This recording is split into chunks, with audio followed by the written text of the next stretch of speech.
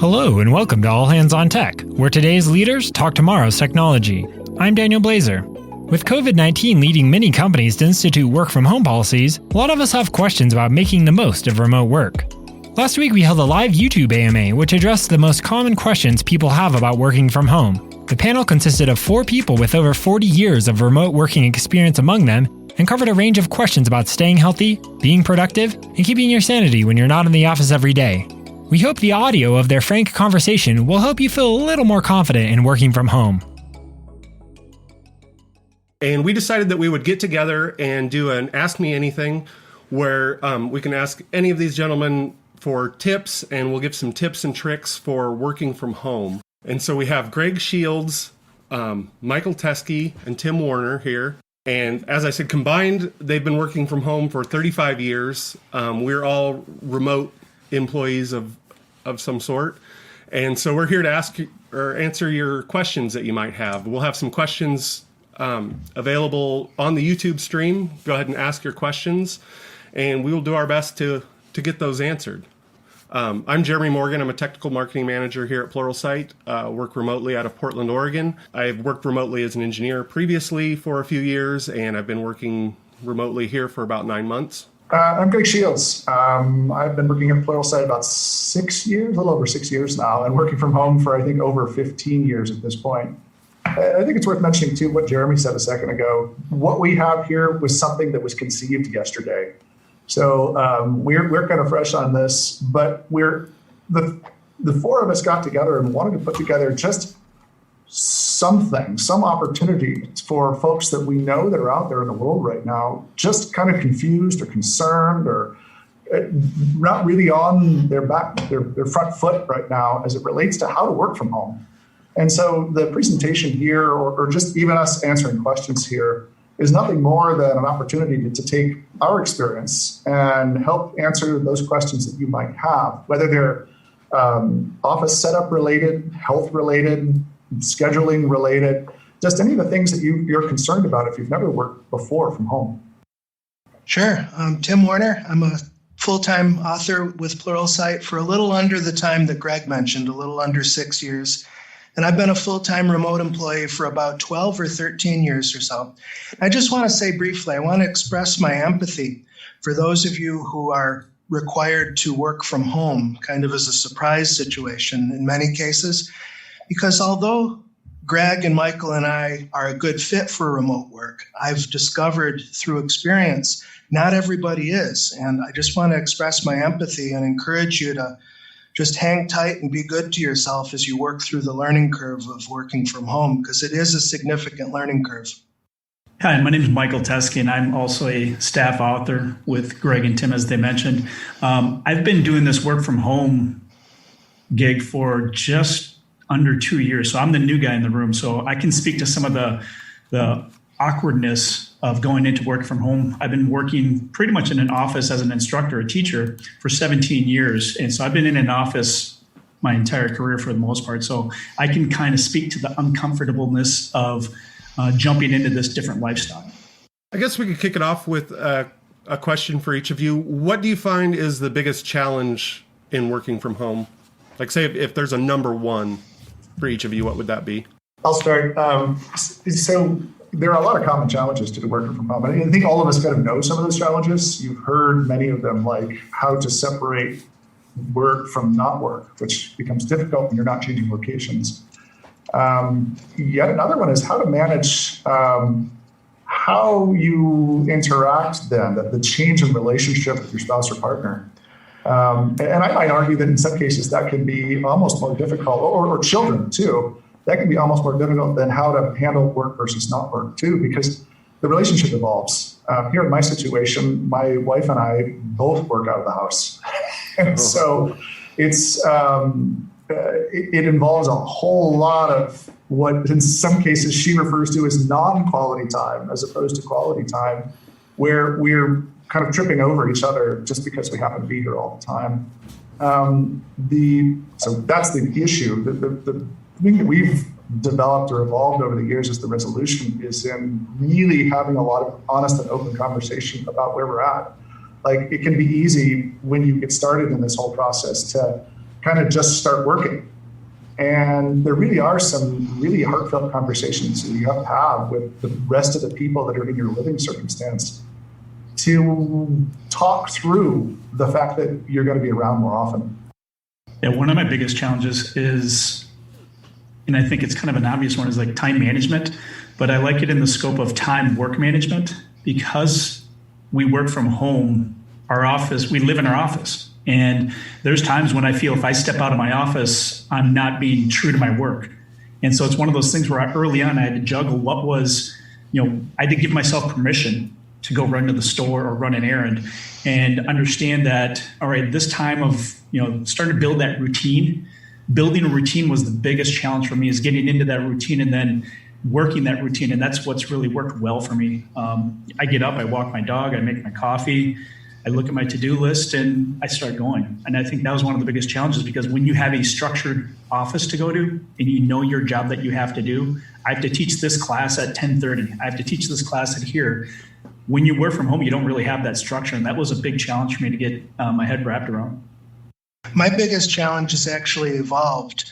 Initially, because it took at least 6 months, I'd say, before I felt in any sense comfortable or in a rhythm with work from home. Your mileage may vary, but originally it was just pure work-life balance. Because when your office is in your home, where is the physical separation?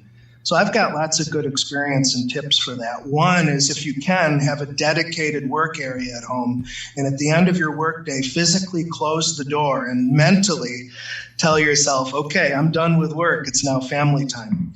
Now, my biggest challenge myself evolved into noise once our daughter was born and the noise level in the house got up. It wasn't so much for conference calls, although that's another issue. As a Pluralsight author, Michael and Greg and I need silence in order to do our videos. So I wound up renting a small office a few miles away from our home, and that's worked out great for work-life balance and work-life separation. But I understand if you're just temporarily WFH, is that work from home? Yeah. If you're just temporary with that, it's overkill perhaps, but it's worked well for me. Yeah, I want to tap on what Tim said too. The other challenge too is distractions, and I've been diagnosed with ADD, so it's a little more challenging for myself too at home, because I can, the squirrel is real, and that's one thing at home that's a big challenge. Especially, I have so many distractions in my house, so I have to try to reduce that. And as Tim said, or someone said, have a dedicated workspace, and that's what really helps me both working from home and stay focused. It's important too. Not everyone has the capacity to go and rent an office somewhere. It's easier these days with these shared communal office situations. But we're all at home right now because we're not supposed to be in shared communal situations.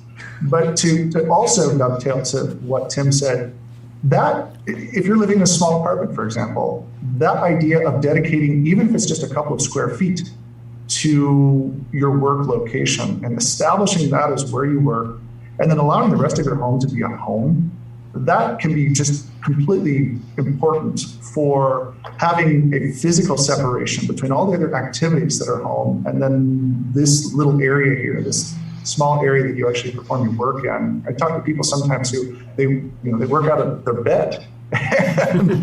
They tell you not to put a TV in the bedroom for a lot of the same reasons. It can sometimes be not a great idea to put your laptop in your bedroom too, because you don't have that separation.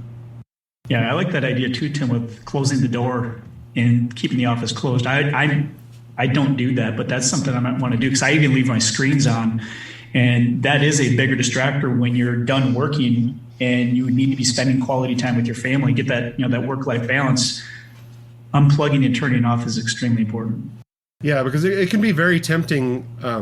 Like as you said with ADD, I have the same issue, and it can be very tempting as you're walking around on a Sunday and you get an idea about work and you're like, oh, I think I'm going to go try that idea. I will go over to my area. And so some of the concerns with some people is if they're working from home, are they goofing off too much? But from everybody I've talked to and myself personally, the problem seems to be the opposite, that people who work from home maybe work a little too much and have a harder time drawing a line. At 5 o'clock, if you're working in an office, it's like, well, it's 5 o'clock. I've got a commute ahead of me. I've got to get into my car and start driving home or get on the train or whatever. Whereas with working from home, you don't have any of those pressures, so 5 o'clock can just fly right by. We do have some questions here that are coming in. One of them is how to get started. What software and setup is required?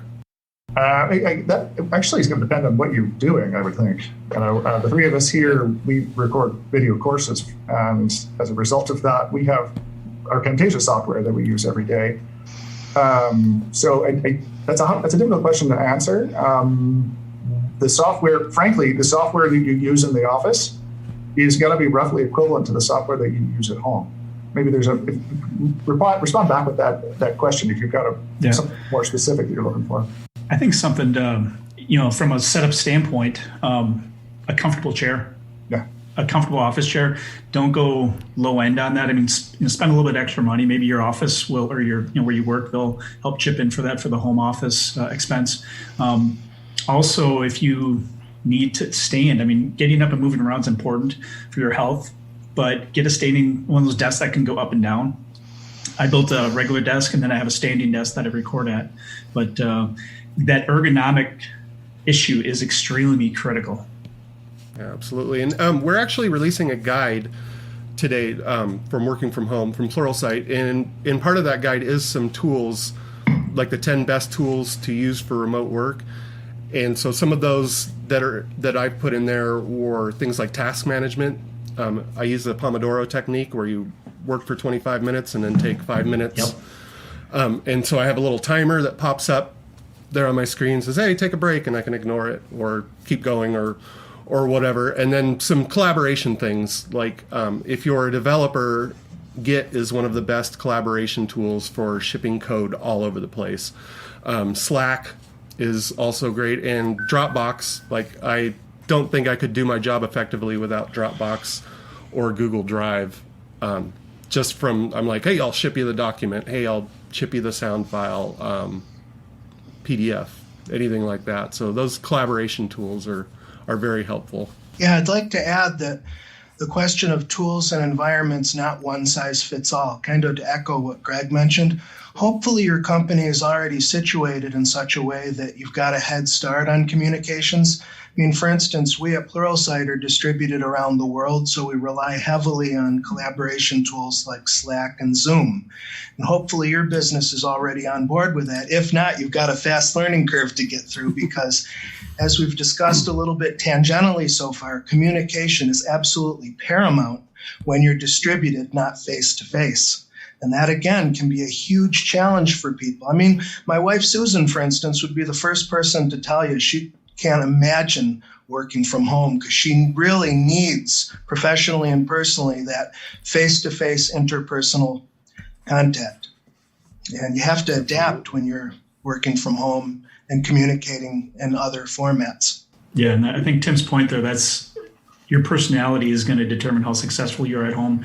I'm an introvert by nature, so I love hanging out with my dog all day. My wife, she feeds off other people. She needs that interaction, so she says the same thing, Tim. She said, there's no way in heck I could do that and sit in that office all day by myself. To Tim's point, I think it's worth kind of discussing the elephant in the room here, which is, so there's a lot of people in this country, on this planet right now, that are moving to a work from home situation, in many cases very suddenly.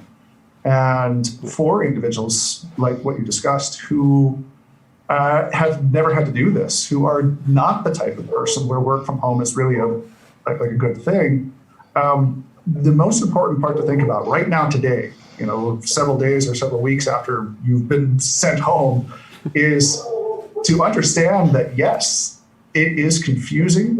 Yes, if you're feeling uncomfortable, if you just don't get it and you're still trying to figure out why it is or is not working, these are really valid experiences. These are really valid emotions to have, and everyone else is too. I can tell you from my own personal experience that over this 15 years or so, it kind of goes in waves. Like there are some times when I really love the experience, and then there's some times when I really don't. And those waves continue even until today. So I think the most important thing right now is if you're feeling uncomfortable, that's totally cool because everyone else is too. Yeah, that's a really good point. So I do have another question here, which is how do I convince my manager that I need to work remotely? But not to, I guess, command the time here, but one of the most salient things I learned over the years here is that you can kind of break a lot of jobs down into, not every job can work from home, but for those in the knowledge worker economy, there's a unique capacity to be able to do that. That said, though, it can be difficult sometimes because you have sort of the ideation phase for any of the projects you're working on, and then you have the execution phase. So you're thinking about something or designing or planning or socializing, all that stuff that's involved with dreaming something up. And then there's the actual putting it together, documenting it and creating it. And frankly, the ideation phase, that first half is very challenging to do in a work from home circumstance. You spend time with a bunch of people in little screens, these little squares like what you see here, rectangles, trying to gauge opinion where you don't have the same fidelity of experience with each other. But to the question, which is, how do I convince someone to let me go work from home? In my own experience, it's the second half of that. It's the execution part that the work from home experience is really well attuned to, in that if you need super focused time, if you need the abilities to be undisturbed, undistracted, you need to go down and get something done. In the execution phase, that's a great opportunity for getting away from the open office distractions, and sometimes the wireless doesn't work, and then people come into the water cooler and whatnot. So if you can break it apart into the two phases and find times and places and spaces where it works for you, that's a good, I guess, opportunity for you to talk to people you work for. Yeah, to that point though, Greg, too, you got to make sure that work from home doesn't bring those, you're going to go into a different distraction environment too. Correct. And that's where you have to level set, with the family. What's your 8 to 5 look like? And what, when you need that focus time, that's what I, tell my wife, if my door is closed, that means that I'm really deep into something, and don't just knock open the door. So I think you got to make sure that work from home is not going to be the panacea for you. You have to set that up, set the foundation first before you make that leap. I have seen people buy the little lights that they attach to the top of their monitors that they can flick on and off. That's like in focus mode now. I've heard people actually successfully using that before. I would submit that the ideal candidate from work for home is someone who loves his or her work, his or her job. For instance, I have friends who are not happy with their work and not happy with their job, and they say, gosh, I can't imagine being work from home because I would rather do just about anything than my job. And that Xbox is calling over here, and walking the dog, as good as that is, but maybe for 4 hours instead of 30 minutes, that calls. On the contrary, if you do enjoy your work, I find that lends itself to building the discipline necessary to put in your hours and put in your time. I'm so fortunate that I do work that I genuinely love. I'm such a nerd. I'll read on screencasting and Azure technologies just in bed. So I don't take that privilege lightly. I'm so grateful that I am in the right career for me, and I am a good candidate for WFH. When I first started this, and I was new to Pluralsight and recording was terrifying. When I first started, because you don't know what you don't know, is along with the editing and all that stuff, and so some of those things I would kind of procrastinate and not embrace. So I was doing, our house was so clean, I was doing everything to basically avoid getting that work done. And I consider myself, productive. So as procrastivity is what I was doing. And because I was just nervous about getting into that workflow, I got a lot of stuff done around the house, but I was avoiding that workflow. And that's one thing that you may run into when you first start working from home, is that sometimes you'll avoid that, like Tim said. And I love my job, don't get me wrong. It was just the fear of being new at my job and working from home. That was a big challenge for me to get productive. But once I started doing it, I loved it. The house is still clean, though. I've got another question here. 2 main challenges I see while working from home is 1, having too many calls, 2, difficulty in coordinating the design architecture discussion, which can be effective in a boardroom. You're exactly right. Those are the activities that are made much more difficult through that work from home experience. And so, personal experience. One of the things I found when you work from home is that if you want to get your position, like your opinion expressed, you have to be almost more forceful about it than you would normally in a boardroom together. I think I used the word fidelity a while ago, and this idea that there's less fidelity, you just can't read each other's nonverbals as well in an online call than can you in the room. You don't have those incidental collisions like you would inside an office. Yeah. And so your position doesn't necessarily need to be aggressive, but it does take a bit more effort to get across that position. At the same time, it also takes a bit more effort to give people the space to get across those positions.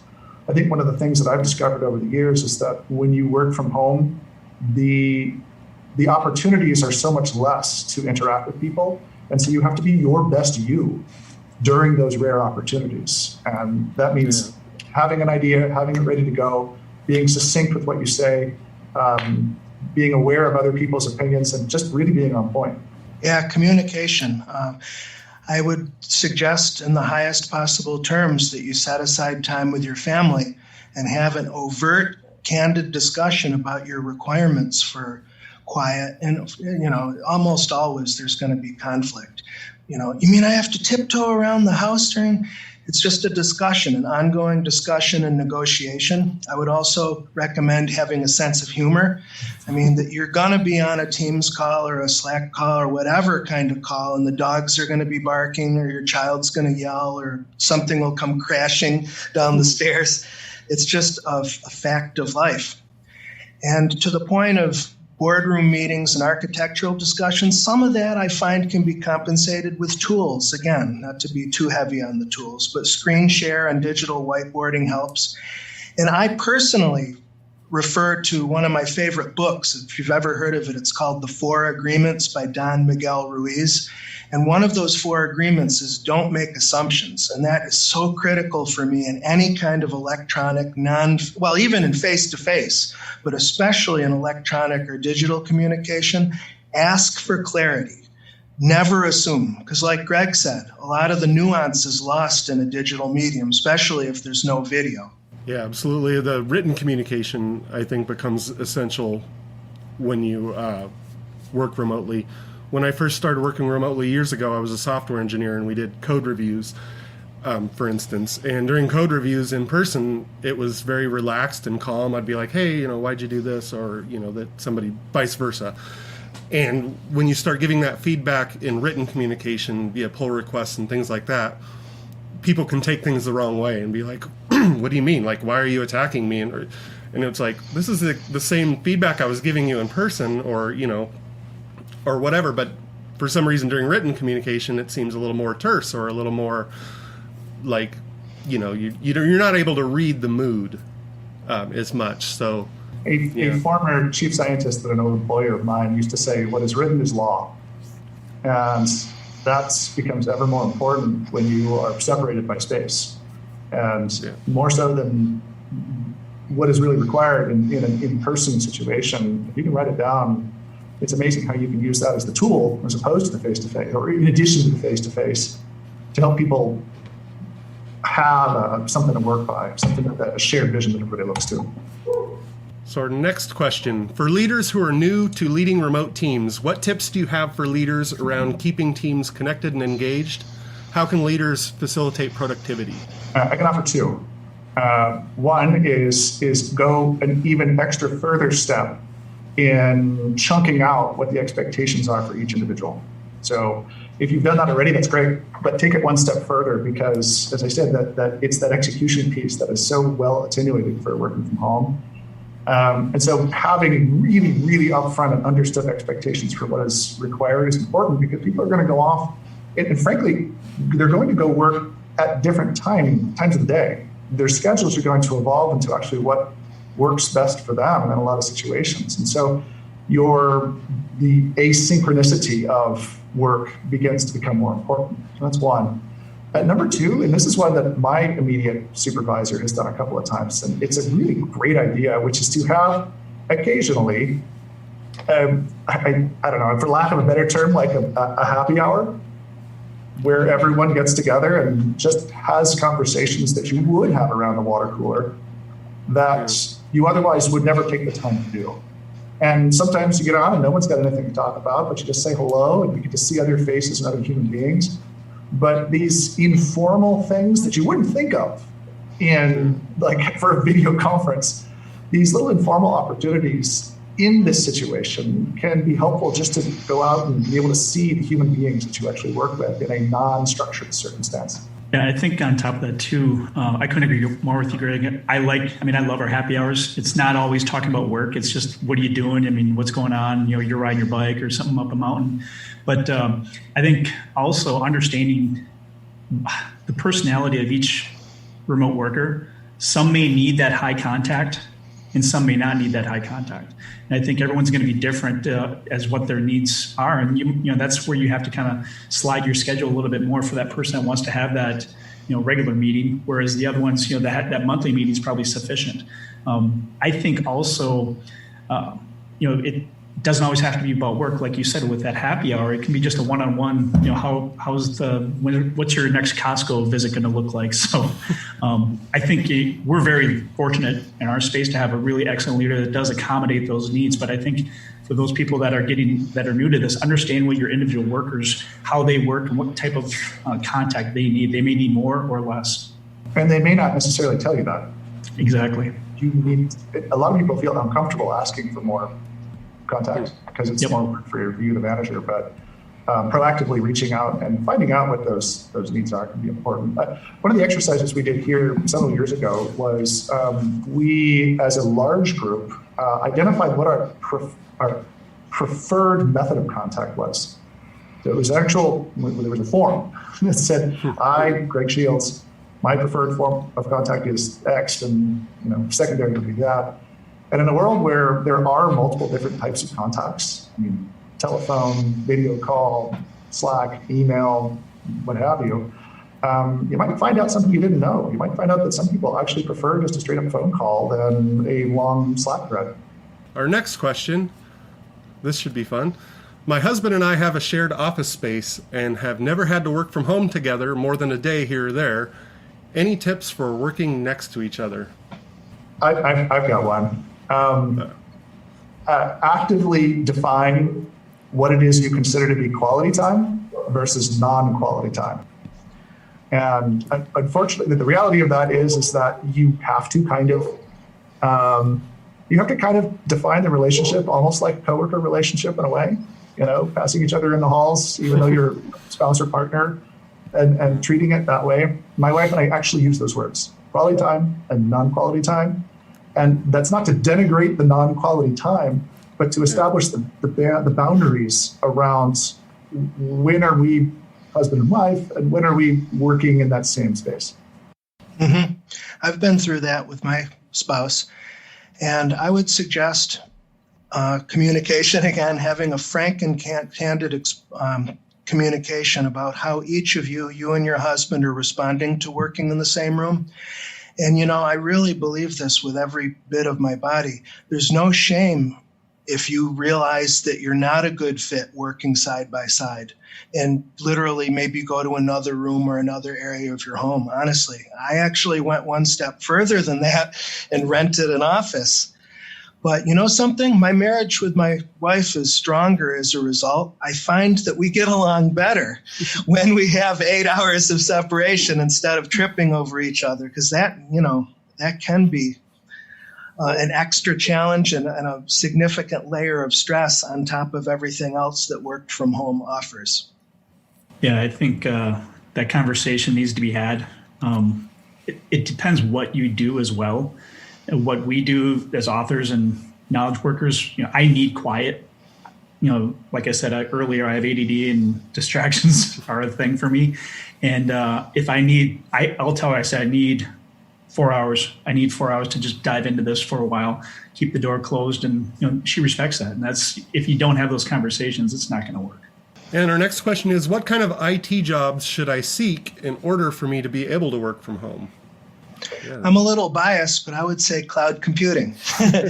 Honestly, I find that working in Azure predominantly is a beautiful thing because you can do just about everything from the comfort of your home workstation in your pajamas, because of course you're never going to physically visit any of these data centers around the world. So I find that the public cloud is a great opportunity, a great fit, as a matter of fact, for remote work. Also, authoring courses for Pluralsight is an excellent opportunity for working from home if you're looking to, share some of your knowledge in furthering our mission. And I would even argue that for some development jobs like cloud computing, working from home is better just from the internet connection. So, most of us have a pretty decent internet connection coming in, but if you've ever been in a big overcrowded office, generally it's pretty slow and not so great. So in that case, like the cloud computing is perfect for working from home. So our next one is, what's a tip in order not to assume things when talking through digital communications? Sounds like. Right. Well, what I do, and I just credit that book, The Four Agreements, is I ask for clarification. Really, just straight up. Could you please rephrase that? I didn't really understand. Or, something that I find that helps a lot is when I rephrase. When I say what I'm hearing you say is blah blah blah. Did I get that? And that level of transaction, I find, it reaps big rewards, because at the end of that exchange, both parties feel heard and both parties feel like they're on the same page. So ask for clarification. Yeah, and the one thing that'll kill you is assumptions. Making any assumptions in this space that's gonna get really frustrating really fast. So I couldn't agree more with what Tim said. It's I always just have them repeat it like we did and tell them what I'm thinking. This is what I'm hearing. Is this what you're saying? I use a tactic I call the double confirmation, which is when somebody says something, I repeat it back to them as a question, so that I can get the second confirmation that what I heard was, or what I read was exactly what was intended.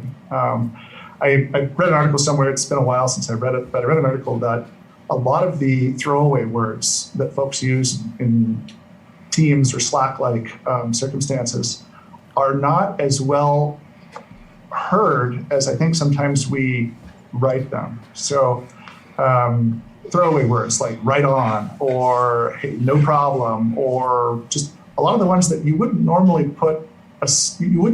think about too much, because there's just those throwaway words. But you have to kind of be careful with those sometimes, because if you read them in a different tone of voice, depending on what emotion that person is thinking at exactly that time, they can sometimes have very different, they can be read very differently. And so that double confirmation, especially when it involves something transactional, like I need you to do this, or we're going to make this decision, becomes really important, so that those throwaway words don't inadvertently create confusion.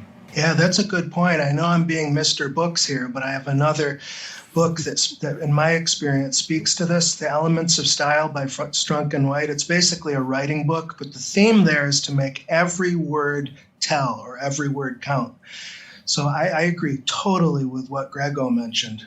If nothing else, practicing this remote work and these communication techniques are going to lead you down a path of more succinct, more accurate, denser speech, and hopefully less filler or words that could be misconstrued easily. So the next one, leveraging cloud compute gives businesses an edge over others in terms of infrastructure cost. Would leveraging a remote distributed personnel be the next thing in the IT industry? If they get their agile metrics right with something like Flow, it could reduce the cost of office space, etc. So if I can rephrase that, I would say probably would leveraging a remote distributed personnel be the next big thing in IT? I honestly think it would be naive to not think that this extreme shock, this very extreme situation, is not going to have some downstream effects. Like, there's a lot of people who would have never allowed employees to work from home. It's just they didn't believe in it. And that's fine. That's perfectly acceptable opinion. If you were the owner of a company, that's your decision that you get to make. But when you get forced into something like this, and everyone sort of recognizes a new normal after even just a couple of weeks or a few weeks here, the reality of what can and cannot be possible, I think sometimes just opens up the mind a bit. And I can't not see this whole experience in some way having an evolution on the nature of work. Yeah, and I think even before this, I work with a business that to move and live there is not exactly attractive, but they need employees. There's not a lot of skilled employees in that area. And so I have them set up so they could hire somebody that would work an hour and a half away, and they could be fully sustainable remote. But the owners are a little more, they need to see those people in the building. But I do think the reality is that this is going to be the, coming downstream, as Greg said, something that people are going to really take a hard look at and make it, more viable. And I think this is really going to help those businesses that can't attract those workers into those areas. If you can offer a remote job, or at least maybe 75% remote or some percentage of remote, it'll make it more attractive. That said, though, I have to confess in all candor a fear. I hope that, maybe as an outgrowth of this pandemic situation, when it chills out and we're beyond it, on one hand, yes, I hope some businesses discover the utility of remote work. But my fear comes from watching Black Mirror, if you've seen that show. And I hope we don't get so distributed that each person is in their own little virtual cubicle at their home and face-to-face becomes some antique. I know I'm being dramatic, but that's just where I'm at right now. I hope we don't ever see that. There is a component of work that makes sense in person. And there's a component of work that I think we have and are and will learn that almost makes sense not. So we should look at this as difficult as the situation is. We should also look at it as an opportunity.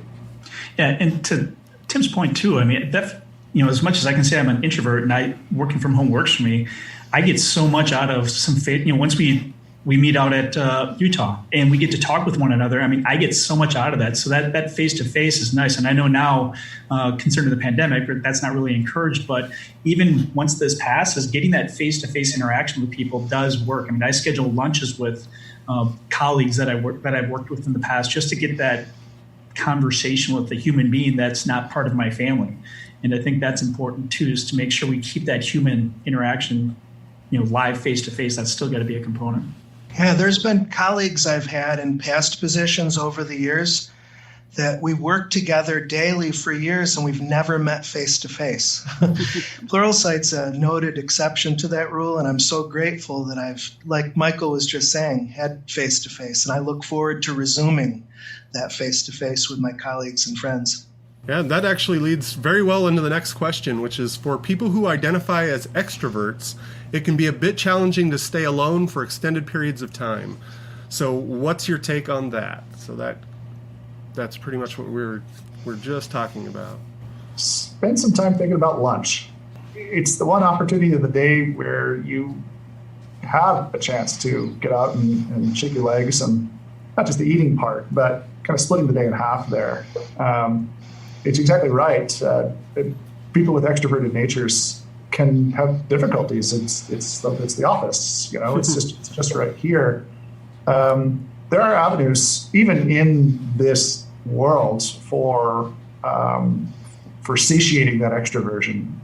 The video calls, then getting out, maybe occasionally changing your location where you're at. Again, we're all trying to kind of stay separate from each other, but in a larger sense, even as this moves on and we get back to normalcy again, it's actually pretty easy to work from home as an extrovert, in that you just have different opportunities to be able to interact with folks. They are not the classic office opportunities, but because you really can work from anywhere, they shouldn't call it work from home, it's almost work from anywhere.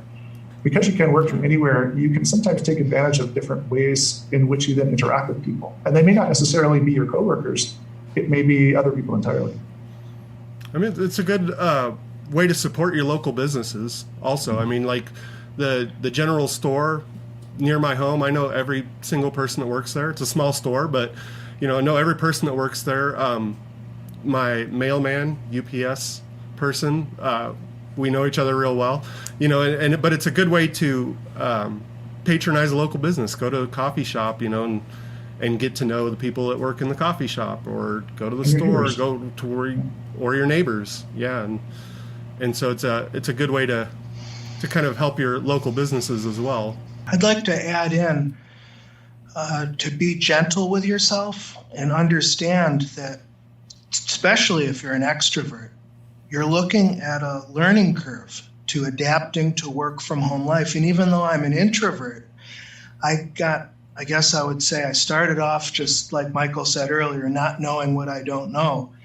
And I went kind of up and down, and went down kind of depressed for a little period of time, feeling hyper insulated and kind of isolated for a while. I don't think your experience is necessarily going to be much different from mine. It's just a learning curve. Eventually stick with it. And Greg and Mike both mentioned some good tips. You will reach a rhythm eventually. Here's one. Just out of curiosity, when having calls, would any of our panel members share video webcam for better communication? Yeah, we are now. Yeah, no, actually, so that's a good question, actually. So I'm old school, I guess, right? And so when I first started working here, this was really the first opportunity I've had where actually having video was an important, if not expected, component of those interactions. All of my previous employers, when I worked for myself for a long period, it was telephone. And I have to admit, in the beginning, I hated it. I didn't like the video aspect of it, but I grew to it and found it to be an important, if not critical, component of the interaction. It's for me personally, it's gotten to the point now where when there is no video, it almost makes the conversation more difficult, because it's all about fidelity. It's all about being able to kind of read someone and just kind of be in the space with that person. So yeah, I, as a person who has evolved, didn't used to think it was important, and now think it's very, very critical. Yeah, my experience coming, the newest one to the working from anywhere, we were always in face-to-face meetings, and then evolving into Pluralsight with the video, and that really helped. At first, I was nervous, and then now I've been in other projects where we're on a Teams meeting and nobody's got video, and it's awkward. I don't like it so much. So I've really grown accustomed to really appreciating the video conversations, because just as Greg says, I want to see the facial expressions, and it's just more normal for me now. Yeah, and from a technical point of view, I can think of some useful tips, perhaps. Amazon, or if you want to go to a bricks and mortar store, Office Max or Staples sells these little webcam privacy covers. And that, at least I like, when I'm not in a call, I flip the cover, tinfoil hat aside. Another thing you'll notice that I have what's called a virtual background behind me, so to speak, behind me. And I do that not because I'm ashamed of my physical environment, because I'm not, but it's more to eliminate or reduce distractions for the people that I'm with. And I accept that some people, for whatever reason, prefer not to enable their webcam. And like Greg, I've gotten to where it's routine now, and it's perfectly fine. Yeah, I have heard people who have said, that I'm sick today, so I'm not going to be on the webcam. Yeah. That's, perfectly acceptable. I think, in my opinion, if somebody says, I'm sick and I feel terrible and no webcam today, which I guess would bring up another topic. Do remote workers call in sick, or do we just work? Oh, absolutely. While we're sick? Certainly. Because you're not spreading anything to any coworkers. So, and I'll be honest, I'm guilty of this, where I've been sick, and that was my first thought was, well, I can't spread it to anyone, so I might as well just get up and try to do my best. The most important person to take care of is your own health and safety. Yeah. 1,000%. And that involves sometimes taking a day off. It may not necessarily involve taking lots of days off, but the days where you're not feeling well, take a day. That's what they're for. Yeah, and I think to that point too, kind of goes into the health of the remote worker, being, taking care of yourself, as Greg says. It's really easy to go to the refrigerator. You have in your entire house here and all the access to the food. So that's one of the things that You also have to be disciplined about too is, schedule your dinners. And if you're grazing all day long and you're not getting up and walking around, you got to do that for yourself as well. And I do that. I mean, I don't eat a lot, but that is something that I think people that are new to working from home, that's one challenge that you're going to run into, is that you have access to everything here. I'm floored when I go into the Iowa office and I see the candy wall and the wall of snacks and think to myself, I am so glad that that's not in my house. And do you guys have any kind of a routine for lunch? Like for me, I do take an hour lunch every day, and I do that as a mental break to get away. So I will go and prepare lunch and eat lunch, but I generally don't get in my car and drive somewhere for lunch. Most of the time, I just kind of make it at home, but I make a very good point to go upstairs, away from the work area, away from Slack and everything, prepare some food, sit down, eat it, stare out the window, whatever. Do you guys have any kind of routine around that? Lunch is me time. And whether it's 15 minutes because I got a lot of work I want to get done that day, or it's 2 hours because I need to get my head out of the space. There's a lot of value, and it's magnified in the home situation, but there's a lot of value in changing scenery. Yeah, I couldn't agree more, Greg. Because there's nothing wrong with taking a little bit longer of a lunch than would be considered couth in an office-like situation. If you maybe take your laptop with you, and spend an hour for lunch and spend an hour just doing what you do in that other location, the change of scenery is so fundamentally important. Yeah, I used to brag to my wife I didn't leave the house in 3 days, but that's not good either. And I do, that change of scenery is so spot on. I'll go out and get lunch. I'll go get a burger through the drive-thru and bring it back home and eat it here just to get out and, I'll walk the dog, I'll get outside, get some fresh air, but still I'm in that same house. You have to give yourself permission to get out of the house, go see something else, change scenery. That routine that Jeremy was talking about, I do that too. Even when I'm staying home, I do take that me time for lunch. I mean, that's, I'll turn on the TV, the radio or whatever, and just kind of disconnect for that 1 hour and get some good food. Yeah, I wear a fitness watch. And I take that walk reminder thing seriously. So I really practice getting up and physically walking around for a couple minutes, at least every hour. So I don't fall into that case of just being in the zone for several hours and my neck's all messed up and my legs hurt. Just getting up, just to physically and mentally disengage for a moment. I'm very much a creature of habit, so I normally take my lunch around the same time each day.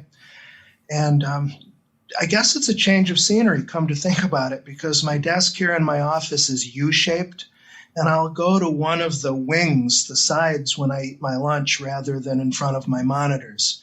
So even that, I submit, counts as a change of scenery, however subtle. Yeah, my walk reminder is snoring right behind me, so she lets me know when she needs a walk. And I'll direct this to people in the audience that, back, I think I mentioned before, the elephant in the room. And there's a lot of questions you're asking yourself and a lot of concerns and worries that you have at yourself because you're new at this and you're trying to really, you may not feel like you understand what the answers are. In a lot of cases, the answers are, yeah, it's okay.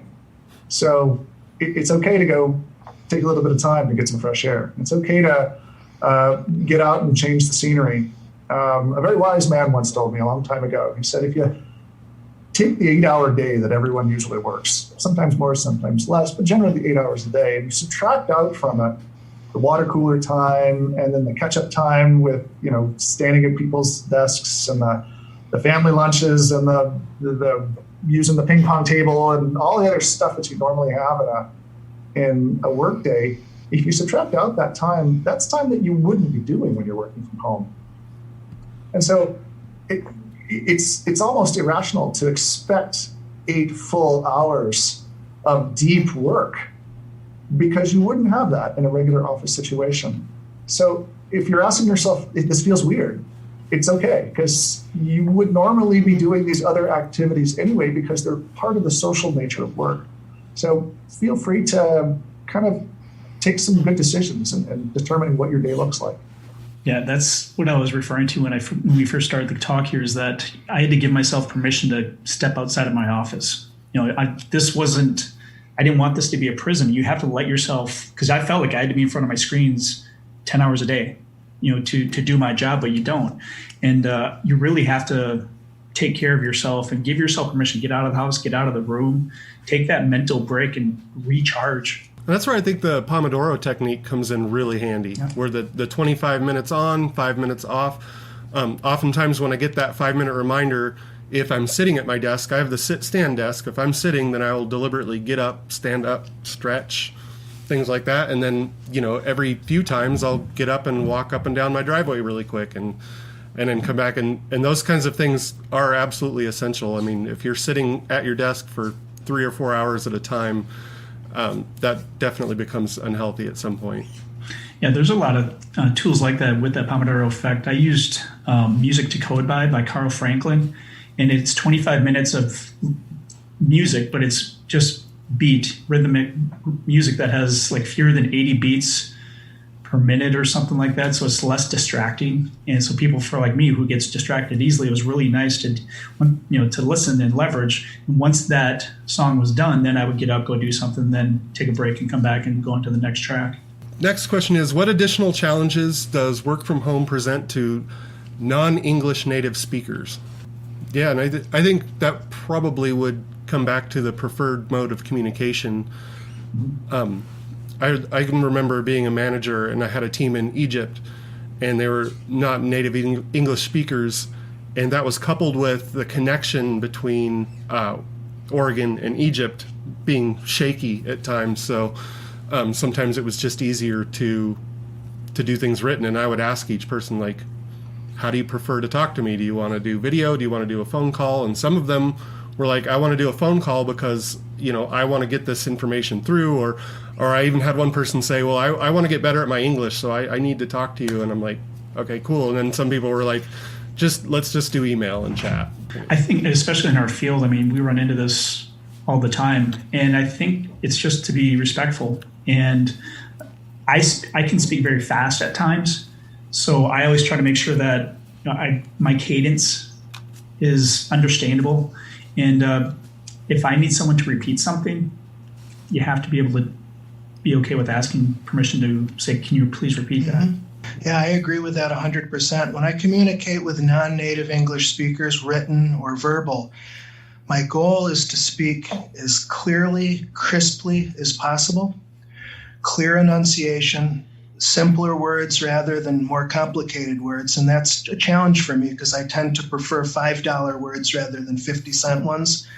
And the other challenge, frankly, is I'll oftentimes too easily slip into slang. And I love it when a conversational partner does what Michael just said. What was that you just said? I didn't understand. And that reminds me, calibrate here. Globalization. What I meant to say was, and then rephrase from there. And our next question is, can you share the songs that you listen to? Interested in trying that for a Pomodoro. The songs that I listen to are, if you Google Music to Code by, like coding, like CODE, and it's by Carl Franklin. And those are the ones that I use. Yeah, when I'm working and need to focus and concentrate, I'm ambient only pretty much. So I like the guy C418, the guy who does the Minecraft soundtracks. I listen to both of those Minecraft records all the time. A guy named William Basinski is my favorite ambient artist. And finally, on Spotify, you can find the Symphony of the Planets, which is the NASA Voyager. They captured electrical interference or waves coming off the planets. I don't know exactly how they captured it, but it's a very unique sound stream. And it might sound like fingernails on a chalkboard to you, but for some reason it helps me to focus. So take that for what it's worth. If you know me socially, you probably know that my spouse and I are both kind of heavy into the music scene, live music scene. But when I'm working, I don't listen to music. Virtually never. And that is in part just because of the type of work that I do. I'm either recording my own voice or then listening to that recording and editing my own voice, which involves a lot of listening to yourself. But But yeah, I tend not to actually listen to music. I prefer silence. In some cases, you can put the headphones on, the noise canceling headphones on with nothing. Sometimes don't forget it. Awesome. And so that is our final question, and we're at the top of the hour. So is there any final thoughts that you guys would like to share with any of our audience? I've said it a couple of times already, but if you're feeling confused or uncomfortable, or just you're still trying to figure it out, hopefully what you've learned here over the last hour or so, if nothing else, at least helps you recognize that you're not alone. You are not alone. And all the other people in this world right now that are going through the same thing or having the same questions and trying to figure out exactly the same thing at the same time. So, as Tim said, communication is always important, and don't ever feel like you shouldn't communicate, because in this mode where this is all you have, or this is most of what you have, this is what you have. So communicating, and even to the point where you feel a little over communicative, will be important for getting through this time and maybe eventually making you a more permanent work from home person if that's where your future lies. Yeah, I would say on that same vein, I would say don't be afraid to ask your coworkers for help. On the communication. I mean, oftentimes, if you need to have that conversation with them, or a conversation just to connect with somebody, don't be afraid to ask them. You'd be surprised how good people are. And on that note, also take care of yourself. I can't stress enough. Good diet, get up, walk around, move. Working from home does promote some more sedentary type attitudes. You have to force yourself to get up, get that movement reminder on your watch. Take care of yourself. I just want to thank you all for joining and encourage you to stay in touch. I'd be happy to receive your email if you have any questions, comments, concerns after today. It's tim-warner@pluralsight.com. Awesome. Yeah. And if there are any other questions, you can put them in that YouTube comments area. And all of us are on Twitter and have email and things like that. So thank you, everybody, for attending our webinar.